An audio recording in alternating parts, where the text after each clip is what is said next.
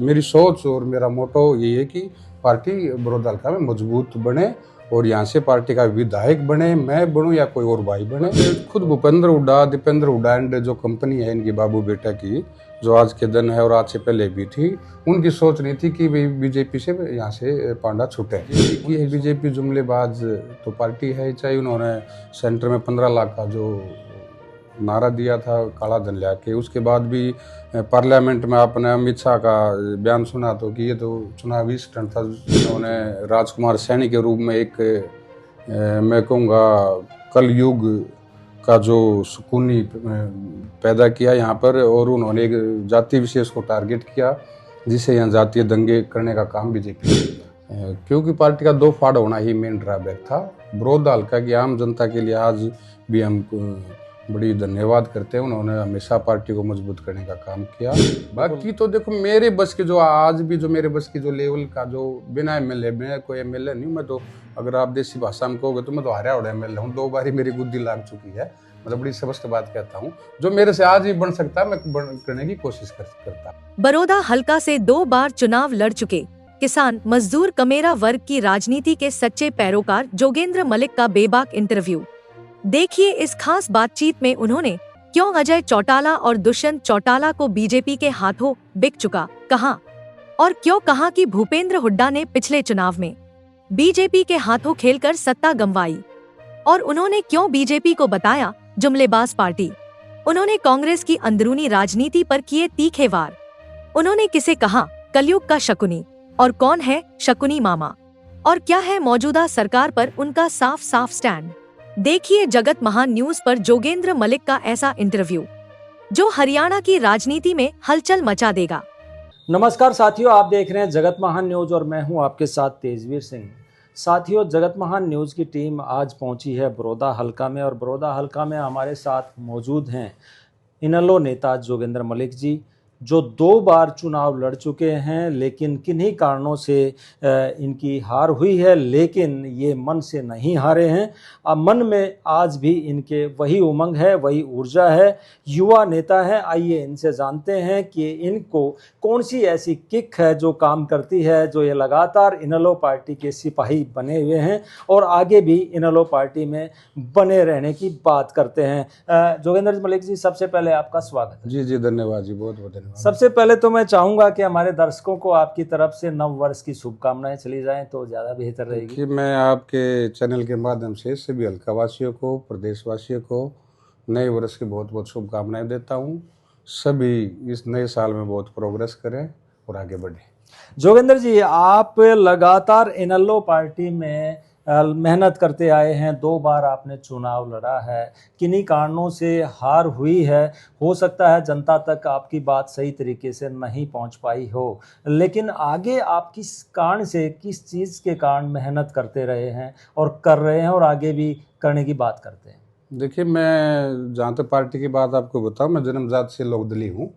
मेरे फादर, मेरे दादा जी शुरू से इंडियन नेशनल लोकदल पार्टी से जुड़े रहे। उसके बाद मैंने निरंतर, मैं खुद आप देखोगे 26-27 साल से लोकदल से जुड़ा हुआ हूँ मैं। और बात रही मेरी हार की, देखो हार का कारण मुख्य है तो उस टाइम पे मैं बताऊँ तो पार्टी का 2 फाड़ होना एक मुख्य था, कारण था। उसके बावजूद भी जो वोट बहुत कम आई, वो मैं अपना भी कारण मानता हूँ, कहीं ना कहीं मेरे में भी कमी होगी कि लोगों ने मुझे पसंद नहीं किया, वोट देना नहीं अच्छा लगा, तो मैं अपनी भी कमी मानता हूँ। और उस टाइम में जो पार्टी 2 फाड़ हुई उसका भी एक रीज़न बहुत बड़ा मानता हूँ मैं। बट फिर भी मैं कोशिश है हमारी पार्टी को मजबूत करना। आने वाले चुनाव में पार्टी मेरे को मौका दे या किसी और भाई को मौका दे, मेरी सोच और मेरा मोटो यही है कि पार्टी बड़ौदा हल्का में मजबूत बने और यहाँ से पार्टी का विधायक बने, मैं बनूं या कोई और भाई बने, और ताकि जो पार्टी की नीतियाँ हैं, किसान की, कमेरे की, मजदूर की, छोटे व्यापारी की, उन नीतियों को हम हाई लेवल पर, स्टेट लेवल पर लागू करने का काम करें। ये अपना 2018 में जेजेपी पार्टी बनी अलग से, और गोहाना की रैली में ही 2 फाड़ हुई। उस समय ये था कि भी इनेलो की सरकार बनने वाली है, लेकिन ऐसा हुआ। क्या मानते हैं उसके पीछे क्या कारण आप उस समय देखते थे? आप भी युवा हैं और किन्हीं युवाओं के कारण ही ये 2 पार्टी 2 फाड़ हुई। देखिए, उस टाइम पे मैं हल्का का युवा प्रधान था और रैली की भी मेरे पे बड़ी जिम्मेवारी थी। उस टाइम पे मोटा तौर पे मैनेजमेंट का तौर पे देखे तो रैली में जितने भी जनरेटर सेट वगैरह उनकी मैनेजमेंट वगैरह बाहर से मंगवाने करवाना वो सारा मेरा काम था जी। उस टाइम पे जो दुष्यंत और अजय सिंह का परिवार था वो बीजेपी का तो बिक चुका था। उन्होंने एक बड़ी सोची समझ राजनीति के तहत उन्होंने पार्टी को दो फाड़ करने का काम किया, जो कि बीजेपी की थ्योरी रही है, परिवार को फाड़ना, पार्टी को फाड़ना। उसके बाद आप बीजेपी ने ये काम दूसरे स्टेटों में करने का काम किया।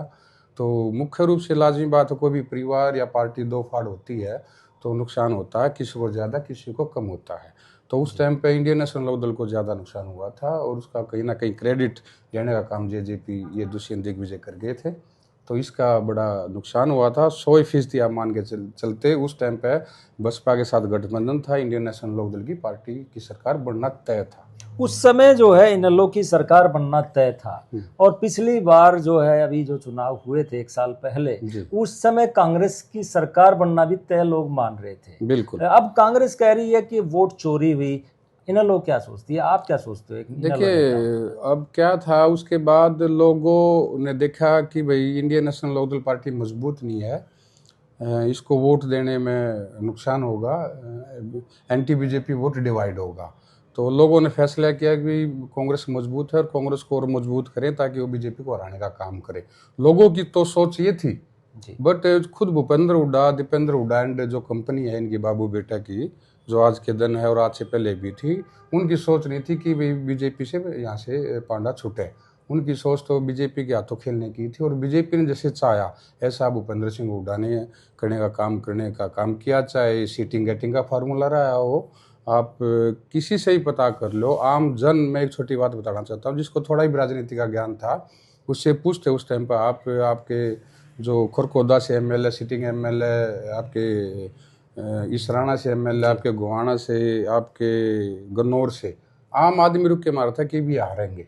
उसके बावजूद भी भूपेंद्र हुड्डा ने इनको टिकट देने का काम किया। ये तो दिखती बात है कि भूपेंद्र हुड्डा बीजेपी का तो खेल रहे थे और जेल जाने के डर से उन्होंने जैसे बीजेपी ने चाहे ऐसे टिकटों का वितरण किया और फिर लाजमी बात है कि वही पार्टी को आना था। बहुत बड़ी बात कही है आपने कि जेल जाने के डर से उन्होंने ऐसा कदम उठाया कि सीटिंग गेटिंग का फार्मूला लागू किया।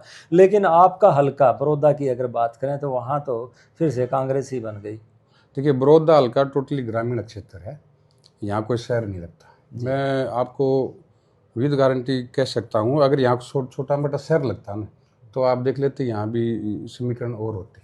लेकिन चुनाव के दौरान, उपचुनाव के दौरान बीजेपी ने बड़े बड़े दावे किए थे, यहाँ राइस मिल बनेगा, यहाँ यूनिवर्सिटी बनाई जाएगी, यहाँ SEZ बनाया जाएगा, वो तो पूरे नहीं हुए हैं। तो आप क्या मानते हैं कि फिर भी कांग्रेस फिर भी जीत गई यहाँ पे, इनेलो कुछ खास नहीं कर पाई? देखिए एक हल्के से नहीं, आप देखोगे तो आपका सोनीपत पूरा जो लोकसभा लगा लीजिए या सोनीपत जिला लगा लिया, जींद या भिवानी, ये जाट लैंड बोलते हैं और जाट वोट को आप जो भी देखते हो बीजेपी एंटी मानते हो जी। उसके बावजूद भी एक सीट यहाँ से, एक भिवानी से, तो ये चीज़ बीजेपी बाकी से भी सीटों पर जीत गई। इसका रीज़न यही था जो इन्होंने वोट टिकटों का वितरण किया। और रही बात जो बीजेपी की है, बीजेपी जुमलेबाज तो पार्टी है, चाहे उन्होंने सेंटर में 15 लाख का जो नारा दिया था काला धन लिया के, उसके बाद भी पार्लियामेंट में आपने अमित शाह का बयान सुना तो कि ये तो चुनावी स्टंट था, चुनावी जुमला था। ऐसे ही यहाँ इन्होंने बड़ौदा हल्का में राइस मिल की बात कर लीजिए, चाहे IMT की बात कर लीजिए, चाहे जनता बूटाना जो हमारी संस्था है उसको आप यूनिवर्सिटी का दर्जा देने की बात कर लीजिए, या अन्य काफ़ी सारी इन्होंने वादे किए थे। उसके बाद भी इनका स्टेटमेंट आई थी इनके मंत्री की, वो तो चुनावी स्टंट था, चुनावी जुमलेबाज था। तो बीजेपी की सोच हमेशा जात पात धर्म मजहब के नाम पर वोट लेने की है। ये पहले और स्टेटों में ये करते आए थे। जैसे यहाँ इन्होंने पहली बार सत्ता सीन हुए आपके हरियाणा प्रदेश में, इन्होंने राजकुमार सैनी के रूप में एक मैं कहूँगा कल युग का जो सुकूनी पैदा किया यहाँ पर, और उन्होंने एक जाति विशेष को टारगेट किया जिसे यहाँ जातीय दंगे करने का काम बीजेपी ने किया। उससे पहले कभी भी हरियाणा प्रदेश में ऐसे समीकरण नहीं थे। उससे पहले भजनलाल जी की भी सरकार आई, चाहे और भी अनेकों जो चौधरी बंशीलाल जी की भी सरकार आई, जात पात धर्म मजहब के नाम पर आपके हरियाणा में कोई ऐसा मामला नहीं था।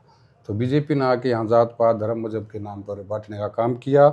उसके बाद अब आप करंटली आप देखोगे तो इसी कलयुग के दो सुकूनी मामा जो महाभारत में थे, रामचंद्र जांगड़ा जी हैं हमारे राज्यसभा सांसद, और राम कुमार गौतम जो एक आने को तो एक बहुत सभ्य और अच्छे समाज से आते हैं, जिस समाज को, ब्राह्मण समाज को हम बड़े पूजनीय मानते भी हैं, और उनको एक दादा की उपाधि के साथ मैं तो जो छोटा से छोटे लड़का हो ब्राह्मण समाज, उसको दादा कह के पुकारता हूँ। बट फिर ऐसे जो राम कुमार गौतम वर्गीय आदमी है, ये दादा कहने के लायक नहीं है।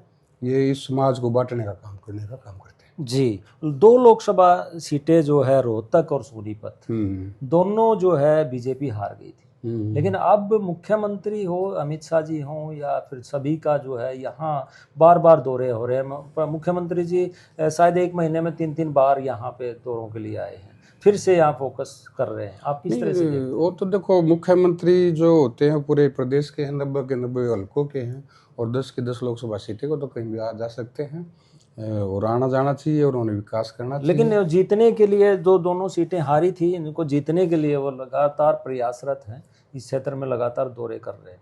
तो आप किस तरह से नहीं, देखते हैं? मैं तो उसको ये देखता हूँ, कोई भी राजनीतिक पार्टी कोशिश करती है, जहाँ उनकी ड्रॉबैक होती है, जहाँ कमी होती है, उसको पूरा करने की सोचते हैं कि भाई ये आज हम यहाँ आ रहे हैं तो कल यहाँ से काम करो कि कल हम यहाँ से बने, विजयी बने। बाकी बीजेपी का काम आने का मकसद देखोगे तो डेवलपमेंट के हिसाब से, बड़ौदा की मैं बात करूँ तो यहाँ कांग्रेस ने भी राज किया है, और बीजेपी का तो चलो विधायक नहीं बना, सरकार तो है, तो उस दौरान तीसरी टर्म बीजेपी की चल रही है। बड़ौदा हल्का में कोई भी ऐसा बड़ा काम, बड़े तो दूर की बात, छोटे काम भी बीजेपी ने यहाँ करने का काम नहीं किया। इसी तरह कांग्रेस की टर्म देखोगे तो आप, कांग्रेस ने भी यहाँ कोई बड़ा काम करने का काम नहीं किया, ये सच्चाई है। अगर यहाँ किसी ने काम किया, चौधरी ओम प्रकाश चौटाला जी ने, यहाँ आपका उलाना में शुगर मिल है, नई अनाज मंडी है, नई सब्जी मंडी है, गोहाना का गवर्नमेंट कॉलेज है। इसके अलावा आपके अनेकों गांव में, चाहे फिरनी पक्के का काम हो, चाहे सिमटेड गली बनाने का काम हो, सरकार आपके द्वार, आपके बीच में आके लोगों की समस्या सुनाओ हो। इसके अलावा आप बात करोगे रोजगार की, ऑन रिकॉर्ड की मैं बात करता हूँ। अब कांग्रेस का राज देख लीजिए, बीजेपी का राज देख लीजिए, और चौधरी ओम प्रकाश चौटाला जी का 6 साल का कार्यकाल देख लीजिए। उनसे मैं कहूँ 4-5 गुना रोजगार देने का चौधरी ओम प्रकाश चौटाला जी ने यहाँ काम किया। काम छोटी नौकरी देने का काम नहीं, उन्होंने HCS, HPS, ETOs वगैरह जो बड़े पद होते हैं वो देने का काम चौधरी ओम प्रकाश चौटाला जी ने बड़ौदा काम किया। ये एक सच्चाई है जी। लेकिन आपने एक बहुत बड़ी बात बोली कि जाट लैंड, एक शब्द आपके मुंह से निकला, ये भिवानी और अपनी इस क्षेत्र बिल्कुल बिल्कुल बिल्कुल। लेकिन इस जाट लैंड में अरविंद शर्मा रोहतक से आए और एक पहली बार में ही जीत गए। उसके पीछे भी चौधरी भूपेंद्र सिंह हुड्डा का ही रोल है। देखो, बड़ी स्पष्ट बात है, मैं बड़े घुमा फिरा के बात नहीं करता। आज हरियाणा प्रदेश में आप देखोगे 2 कम्युनिटी, जाट समाज और SC समाज से, हमारे चमार जो समाज है, वो आज ट्रेडिशनल तौर पर अगर देखोगे तो बीजेपी के खिलाफ है। एक फैक्ट मैं बता रहा हूँ आपको। तो इस जाट लैंड में जहाँ एंटी बीजेपी वोट डिवाइड हो गया है 2 जगह 3 जगह, वहीं बीजेपी को फायदा हुआ है। आपके गोहाना का ये उदाहरण है। जगबीर मलिक जी जो हमारे कांग्रेस के विधायक थे, उसके अलावा 2 और बंदे, 2 कैंडिडेट और यहाँ से चुनाव लड़ा, उन्होंने ठीक ठाक सा वोट लिया और सीधा बीजेपी को फायदा हुआ या करवाने का काम किया चौधरी भूपेंद्र सिंह हुड्डा। इसको बखूबी जानते हैं। चाहे आप फिर उठा के देख लिए सफेदों का जी, एंटी बीजेपी वोट वहाँ भी डिवाइड 2 जगह हुआ। वहाँ से गौतम जो है, राम कुमार गौतम, वो विधायक बने। चाहे आप नरवाना, उचाना, बरवाड़ा, ये बेल्ट भी देखोगे जहाँ किसान आंदोलन भी मजबूत था, वहाँ भूपेंद्र सिंह हुड्डा ने उचाना में चौधरी वीरेंद्र सिंह जी के लड़के के खिलाफ, एक गोगड़िया नाम से गाँव से एक लड़का है, साथी है जो भी है, तो वो उसने चुनाव लड़ा। तो वो एंटी बीजेपी वोट जहाँ डिवाइड हुआ, जो भूपेंद्र सिंह हुड्डा की जो सोच थी वो सफल होने का काम किया। उनकी सोच ये थी कि बीजेपी सरकार बनाए। वर्तमान समय में इनेलो जो है काफ़ी उभार पे है और काफ़ी ज्वाइनिंग भी हो रही है, लेकिन इस बीच जो है जेजेपी भी अपने आप को जिंदा दिखाने के लिए लगातार प्रयासरत है, योद्धा सम्मेलन कर रही है। और अभी अजय चौटाला जी ने एक बहुत बड़ा बयान, विवादित बयान दिया है। उन्होंने कहा है कि इन सत्तासीनों को कुर्सी से उतार कर रोड पर पीटना पड़ेगा। तो ये इस तरह के शब्द कितना जायज़ मानते हैं? देखिए, जहाँ तक जेजेपी का मैं बताऊं कि वो कोशिश करें, हर एक राजनीतिक पार्टी कोशिश करती है। इंडियन नेशनल लोकदल पार्टी को जब 2 फाड़ हुई थी, काफ़ी कमज़ोर पोजीशन में थी। आज इंडियन नेशनल लोकदल पार्टी निरंतर अपने पुराने रूप में वापस आ रही है। तो वो जेजेपी कोशिश करेगी, तो हर एक राजनीतिक पार्टी का काम होता है। और जहाँ तक आपकी ये स्टेटमेंट जो बांग्लादेश वाली आप करे हो, अजय सिंह चौटाला जी की है, ये एक अनडेमोक्रेटिक जो स्टेटमेंट है, ये नहीं होनी चाहिए, ऐसा नहीं होना चाहिए। आप ऐसा, अब लोगों ने तो दुष्यंत चौटाला को मौका दिया था कुछ करने के लिए जी। अब उन्होंने तो वही बात है कि भाई सारे महकमे लूट खाए। आप किसी भी महकमे में देख लीजिए, चाहे आपका रेवेन्यू डिपार्टमेंट का महकमा देख ले, चाहे एक्साइज टैक्सेशन का देख लिए, पीडब्ल्यूडी का देख लिए, पंचायत का, सभी में घोटाले हुए थे। तो उस टाइम पे अगर ये लोगों के बारे में हित के लिए काम करते तो आज जेजेपी की हालात नहीं होती। तो वो जो बांग्लादेश वाले स्टेटमेंट देने की बजाय वो अपने अंदर जाके कि क्या कमी रही उस टाइम पर, तो माल खाने में, लूटने में प्रदेश को लगे रहे, आज ये बात करते हैं। एंड डेमोक्रेसी जो बातें हैं, जो लोकतंत्र में शोभा नहीं देती, मैं तो उनको मानता नहीं है। जी जोगेंद्र जी, बड़ौदा हल्का से बार बार इनेलो का विधायक बना भी है और इनेलो का गढ़ रहा है बड़ौदा हल्का, और आप लगातार यहाँ पे मेहनत कर रहे हैं। तो 2026 का जो एजेंडा अगर मैं जानना चाहूँ आपका, क्योंकि यहाँ की राजनीति आप करते हैं, तो क्या रहेगा? देखिए, बड़ौदा हल्का ने शुरू से ही आप देखेंगे चौधरी देवीलाल जी का साथ दिया, बखूबी चौधरी ओम प्रकाश चौटाला जी का साथ दिया। बड़ौदा हल्का की आम जनता का इसमें कोई दोष नहीं है। अब जो पिछले 2 चुनाव, 2018 का चुनाव मैंने लड़ा था, जो पार्टी दो फाड़ हुई थी, और फिर 2020 का मैंने बाई इलेक्शन लड़ा था। उस टाइम पे मेरे बहुत ही कम वोट लोगों ने देने का काम किया था। इसमें लोगों की कोई गलती नहीं है, क्योंकि पार्टी का 2 फाड़ होना ही मेन ड्रॉबैक था। बड़ौदा हल्का की आम जनता के लिए आज भी हम बड़ी धन्यवाद करते हैं। उन्होंने हमेशा पार्टी को मजबूत करने का काम किया। देखो, लोगों ने मुझे वोट बेशक ना दिया हो, क्योंकि पहला चुनाव मेरा ही ऐसा था जब पार्टी 2 फाड़ हुई थी और पार्टी बड़ी कमज़ोर पोजीशन में थी। बाकी आज भी और पहले भी हम जहाँ भी जाते हैं, लोग हमारा मान सम्मान करते हैं, इज्जत से हमें बैठाते हैं, बात करते हैं। वोट ना देना एक अलग बात है। हम उम्मीद करेंगे आने वाला जब समय होगा उस टाइम पे बड़ौदा अपने पुराने लोकदलीय रूप में होगा, और जो भी उस टाइम पे कैंडिडेट हमारा होगा, कोई भी होगा, उसको अब की बारी विधानसभा में भेजने का काम 100% बड़ौदा का करेगा। एक पर्सनल सा सवाल आपसे जरूर करना चाहूँगा कि जिस प्रकार से मनोहर लाल खट्टर है, उन्होंने शादी नहीं की, प्रधानमंत्री भी आजकल ऐसे ही हैं, तो मतलब आप किस तरीके से, आपने भी शादी नहीं की, तो मतलब क्या अंदर खाते कहीं से प्रेरणा मिल रही है, या आपके अपना ही कोई विचार? जब मेरी ये सोच बनी थी, ये धारणा बनी थी, उस टाइम पे तो ना तो नरेंद्र मोदी जी देश के प्रधानमंत्री, ना खट्टर साहब को कोई जानता था। बस मैं यूनिवर्सिटी MMD में पढ़ता था। उस टाइम पे एक मेरी 2 बातों पर मुख्य तौर पर विचारधारा एक आई थी कि एक तो मैंने शादी नहीं करनी, और दूसरा मैंने कोई गवर्नमेंट जॉब या प्राइवेट जॉब नहीं करनी है। करना तो अपना कोई काम धंधा करना है। तो उन दोनों बातों पर मैं आज भी अडिग हूँ और मरते दम तक अडिग रहूँगा। इससे मैंने खट्टर साहब का या फिर मोदी साहब का मेरी इस बात से कोई लेना देना नहीं है। तो हम मान के चले, मतलब जिस तरीके से ये बड़े बड़े नेता अलग अलग हलकों में हमने देखे हैं, कोई 22 बस चला के बलराज कुंडू विधायक बने, देवेंद्र काद्यान जो है ना लगातार सेवा के नाम पर जो है ना वहाँ से विधायक बने, रविंद्र मछरोली सेवा के नाम पर जो है विधायक बने, तो क्या आप भी उसी तरीके से मतलब एक सेवक के रूप में रह के काम करना चाहते हैं? देखिए, मेरा पर्सनल मामला ये है, कोई भी विधायक जो निर्दलीय बना है, चाहे अब जो हैं या उससे पहले के हैं जो हैं, मतलब ये हम एक निस्वार्थ भाव नहीं मानेंगे। जो बस चला रहे हैं या और सेवा कर रहे हैं, कहीं ना कहीं आप 100% मान के चले, उसके पीछे उनका स्वार्थ होता है। एक सच्चाई तो ये है।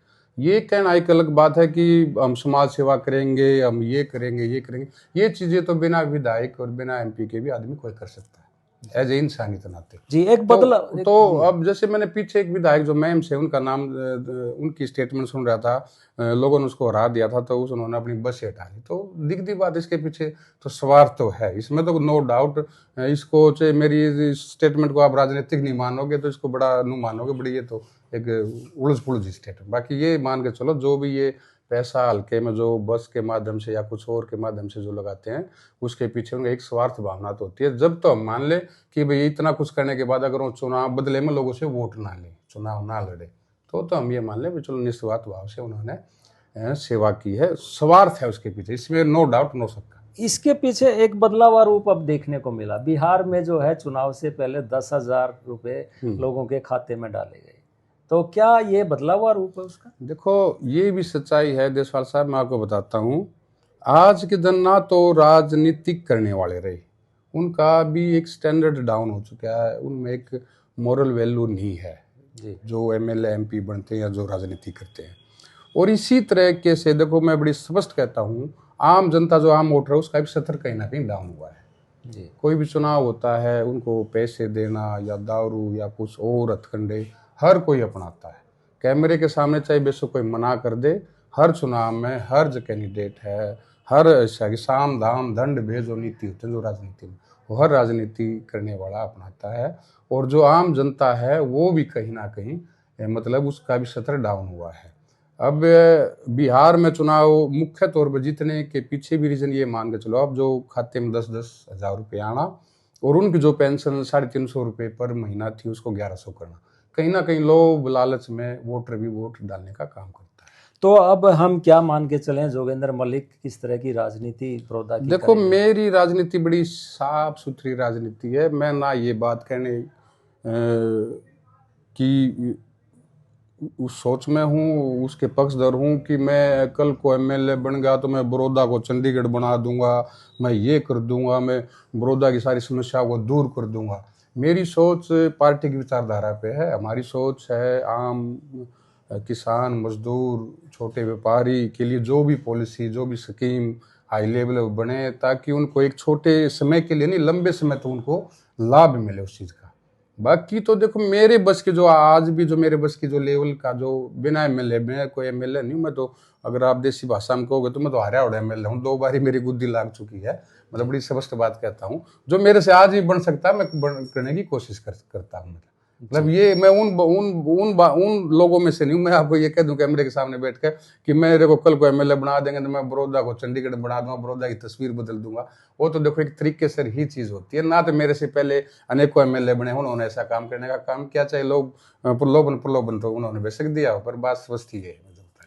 तो जोगेंद्र जी, हम तो उम्मीद करते हैं जिस तरीके से आपने बड़ौदा में जनता बुटाना के पास पाइपलाइन के दौरान लट खा रहे किसानों के बीच में या ऐसे लोगों के साथ आपने भी खुद लट खाए और वहाँ पे आंदोलन किया, आगे भी आप जनता की आवाज़ इसी प्रकार से उठाते रहें। तो दर्शकों, आपने देखा, ये थे जोगेंद्र मलिक, इनेलो नेता, जिन्होंने बड़ौदा से 2 बार चुनाव लड़ा।